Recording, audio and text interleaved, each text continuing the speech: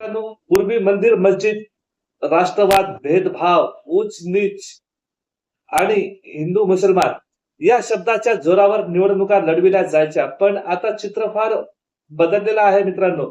November 2024 पासून सबका साथ सबका विकास, न खाऊंगा न खाने दूंगा अशा शब्दाच्या जोरावर निवडणुका लढविल्या जात आहेत. आठवण करा मित्रांनो, 2024 मध्ये विधानसभेच्या निवडणुकीच्या पूर्वी म्हणजे ऐनवेळी लाडकी बहीण ही योजना सुरू करण्यात आली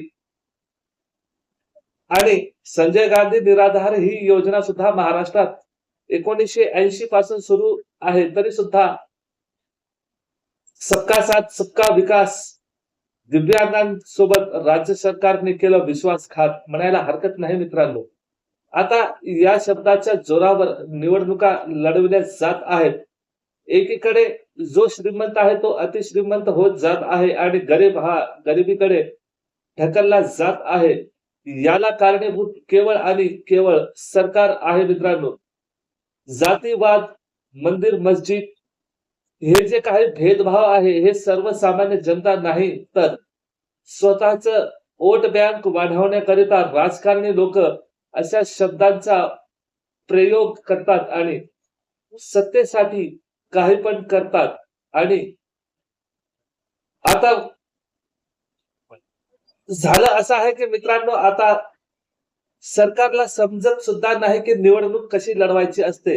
निवडणूक लेवलच्या लोकांबरोबर लढवली जाते, राजकारण लेवलच्या माणसाबरोबरच लढवली जाते. पण आता चित्र उलट आहे. आता फक्त आणि फक्त योजनांच्या नावाखाली घाणेरडं राजकारण सध्याला महाराष्ट्रात सुरू आहे मित्रांनो.